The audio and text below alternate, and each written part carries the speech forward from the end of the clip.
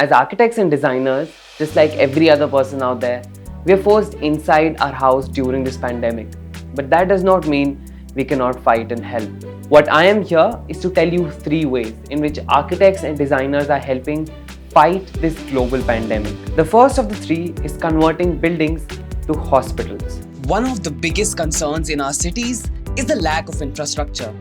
Our hospitals are not equipped to take care of the alarming number of patients coming in each day. To help cope with the growing numbers, buildings across the world are being converted into intensive care units. In Tehran, Iran Mall, the world's largest shopping center, is being transformed into a coronavirus hospital. While in New York, the Cathedral of St. John the Divine is also set to be converted. With large open spaces, conference centers are an obvious choice for conversion. An architecture studio, BDP, has converted the Excel Centre in London into a 4,000-bed hospital called NHS Nightingale. In testing times like these, you need people who understand the inner workings and the design of hospitals, and architects all over the world are stepping up. The second way architects are helping is developing temporary ICUs. Converting buildings to hospitals is challenging, time-consuming, and costly. Architects have also recognized the need to create temporary intensive care units that can be rapidly deployed. In response to the outbreak in the US, flat-pack startup Juke has created a range of medical facilities that are designed to be quickly installed at hospitals to increase bed capacity, or that they could be used as stand-alone field hospitals. In Italy, architects Carlo Ratti and Italo Rota designed an intensive care pod within a shipping container. The first prototype for this is currently under construction at a hospital in Milan. The third and the most important way in which studios all over the world are helping is by making face shields. Architects and designers all over the world are coming together to make more and more face shields for our frontline warriors. In the US, studios including BIC, KPF, and Handel Architects have joined an open source project to print face shields.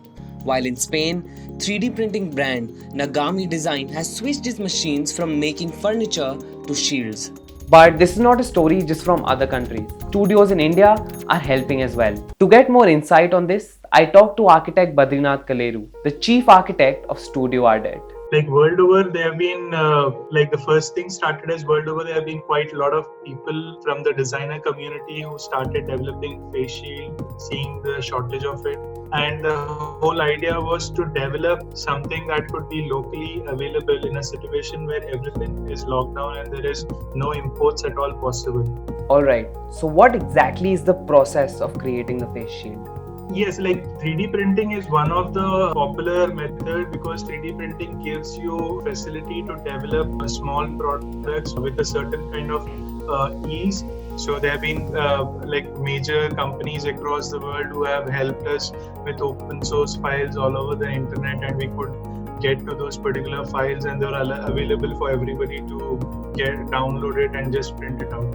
So you've put up a call through all of your social media channels that are inviting architects and designers from all over to help contribute to your cause. So tell us a little more about that.